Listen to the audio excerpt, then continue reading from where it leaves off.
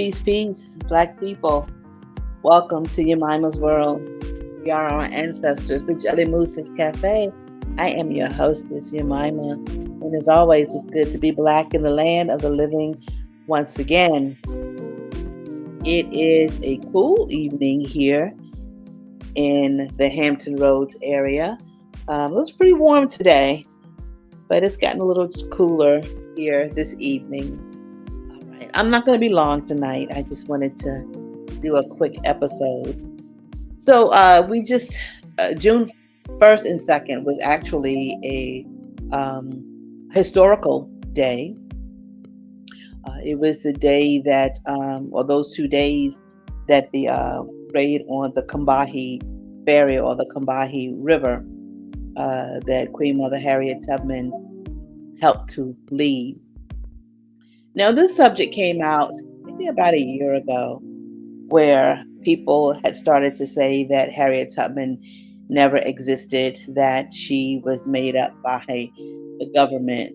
I'm trying to figure out why the government would make up a story about a Black woman uh, freeing people from bondage.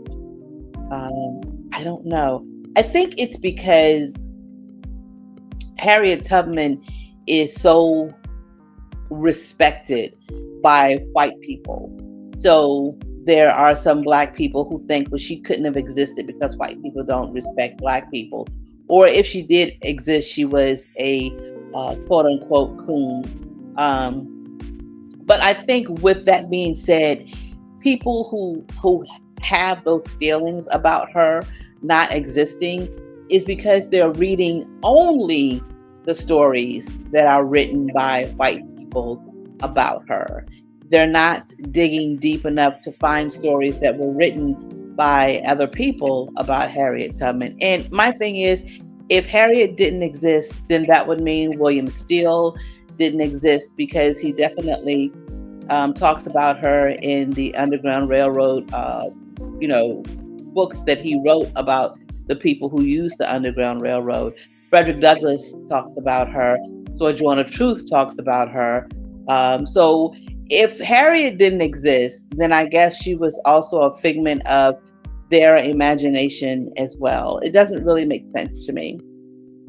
So again, the June 1st and 2nd was a historical couple of historical days. It happened in 1863. And just a little background on the raid on the Combahee Ferry. I'm not going to read it all, but just some points. Um, after the first shots of the Civil War was fired at Fort Sumter in Charleston Harbor, South Carolina, the new Confederate States of America quickly moved to defend South Carolina. Excuse me. Union forces tried to take control of the area to secure the fine harbors which they needed to operate in the South. And in November of 1861, Union Navy and Army troops invaded Port Royal, south of Charleston, near the town of Beaufort. They occupied most of that county and the Sea Island. So on the evening of June 1st, 1863, there were three small ships: the Sentinel, the Harriet A. Weed, and the John Adams. They left heading for the Combahee, and they had transported 300 men from the 2nd South Carolina that was commanded by Colonel James Montgomery. The company C of the 3rd Rhode Island Heavy Artillery manning the ship were manning the ship's guns. And about 3 o'clock on the morning of June 2nd, the two remaining ships arrived at the mouth of the Combahee River at Fields Point, where Montgomery landed a small detachment under Captain Thompson. They were carrying the remainder of the 2nd South Carolina, and Tubman and John Adams went upriver to the Combahee Ferry. The John Adams boat was up there for a short distance until it was forced to stop by obstructions and pilings. And within a few hours, the Confederate reinforcements responded, and they had a few guns, and they opened fire on the retiring Union troops headed back across the causeway. Now, Montgomery was a white man, and it looks like he might be invited to the picnic along with John Brown. So when the ship finally docked, and what they found were enslaved Africans in the fields working. They were unaware of the Emancipation Proclamation. They knew that there was a war, but they didn't know how far it had gotten into the war, and that the Emancipation Proclamation had been put into place. And so the biographer of Harriet Tubman, who was Sarah Hopkins Bradford, um, she quoted Tubman as saying, and I'm not going to read it the way she wrote it, because again, when we're reading these books written by white people about us, they're going to make us look and sound as ignorant as absolutely possible. Um, I don't believe a lot of the things that Sarah Bradford wrote about. I don't think Harriet Tubman said. And if she did, she didn't say them the way Sarah wrote them. But this is what she claimed that Harriet Tubman said in her biography, that she had never seen such a sight. She said, "We laughed and laughed and laughed. Here you see a woman with a pail on her head, rice smoking in a pot, and youngins hanging one behind her, one beside her. And then they would get on the boat. They even would bring pigs on the boat. And then there were hundreds of slaves that stood on the shore. And when the small boats put out to get them, they all wanted to get in at once. And then the boats were filled to capacity. And so they would take them and then they would come back and get more. So on that day, Harriet Tubman led a black troop to free over 300 enslaved Africans and African Americans uh, in the Combahee River. Now, again, I'm not sure of why we now have this thing that she did not exist. Tell me what you think. Do you think she existed, or do you think that she was made up by the government? And if so, why? What would be the reason to make up a story about a black woman freeing those that were enslaved? I don't see how that would benefit white people. I would think that they would have pushed um, one of their own to be the face of that, leading, yeah, this white person did this, that, and the other. But what would be what would they get out of saying that this black woman freed a lot of people? I don't know. And I've seen a couple of recently, it's surfaced again that Harriet Tubman never existed. And one of the videos that I saw was by a woman that I respected her.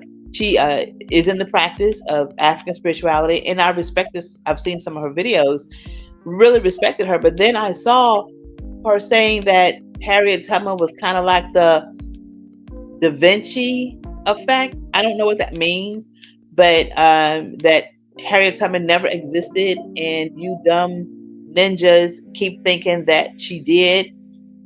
I don't know. I don't know. I've seen several videos, and they've resurfaced again about Harriet Tubman. And I have the picture up there with Harriet Tubman, or a portrayal of Harriet Tubman on the left, and portrayal of the biblical Moses on the right. Now, there are some descendants of Harriet Tubman. In one of the videos, they said there are no descendants that can verify that she ever lived, but there are some descendants of Harriet Tubman. There are great great nieces of Harriet Tubman. There was a Harriet Tubman had a funeral. She has a grave site where you could actually go. Now, I don't think that the white government would go so far as to have a fake funeral and have a fake um, um, grave site. And if she didn't exist, I would think they would let Trump know, hey, you don't have to worry about removing her name from anything because she never existed. Now, the picture on the right is the biblical Moses. And same said black people who think that the one on the left didn't exist, even though we have evidence that she did, thinks that the one on the right did exist, when there's absolutely no evidence outside of the Bible that he existed. So I just need someone to help me understand this, because I'm really having a hard time understanding why people think that Harriet Tubman never existed. Again, if she didn't exist, then that would mean Frederick Douglass didn't exist. Then that would mean William Steele didn't exist. And that would mean Sojourner Truth didn't exist. And it would mean all of those other people who came in contact with her mother. Who, what government would go through all of this to give her a whole family, to give names of her brothers and sisters, names of her mother and father, the plantation that she was enslaved on, where her grandmother came from Africa? All of these stories. Why would the government do this? What sense would it make? I will tell you this: you will never, whether they are a practicing Jew, born a Jew, converted to Judaism, you will never hear a Jewish person say Moses did not exist. Never. Never. I don't care if they were, if their mother's Jewish and they was raised in the synagogue their entire life and now they have become an atheist. You will never hear them say Moses didn't exist, even if they don't think he existed. You will never hear them say that Moses never existed. But here we have Black people. We don't need them to tear down our heroes. We do it for them. I hear so many people tearing down Dr. King when his birthday comes around. Black people tear him down. They tear down Malcolm X. They tear down Harriet Tubman. They tear down Frederick Douglass. They tear down all of our leaders and our heroes. And these same people aren't doing anything to really help their people. So I don't know where that energy is coming from. Tell me, if anybody out there knows, I welcome your comments. If you don't think that Harriet Tubman existed, please tell me why you don't think she existed. And if you think that she did existed, tell me why you think she existed. I tend to believe she existed. Again, I don't know how it would have benefited the government to say that she didn't exist, or how it benefit the government to make her up, to create a whole character of Harriet Tubman. I don't know. But that's it. I just wanted to come on and see if anybody else had heard anything about this or had seen any videos of people talking about her not existing. I don't know. But hey, that's it. That's it. If you believe in the one on the right and not the one on the left, if you think the one on the right existed and the one on the left didn't exist, I would even agree with you more, or I would have a better understanding if you thought neither one of them existed because of whatever reason. But if you believe the one on the right existed and the one on the left didn't exist, then you might want to really do some shadow work or maybe some self-examination. Yeah. All right, so that's it. Look, until next time, you know the drill. Love yourself, love each other, give yourself some grace, give each other some grace. We are our ancestors. We are Queen Mother Harriet Tubman. The pictures are there. I don't know where the pictures came from, because I know we have a lot of, I know I'm jumping all over the place, but I know we have a lot of pictures now, of course, that are AI generated, but we have pictures of her standing outside with her family. We have pictures of her when she was a younger woman. We have pictures of her when she was old. Again, there's an actual grave in Auburn, New York. Oh, Harriet Tubman House. In Maryland, where her father was enslaved. There's places you can go visit, but I don't know. Okay, so that's it. Again, yeah, give each other some grace, give yourself some grace, love each other. We are our ancestors. You know, our ancestors honor them, they will honor you. And until next time, when I will be back with maybe more some conspiracy theory, because this one has just got me baffled. All right, take care of each other. Until next time, peace.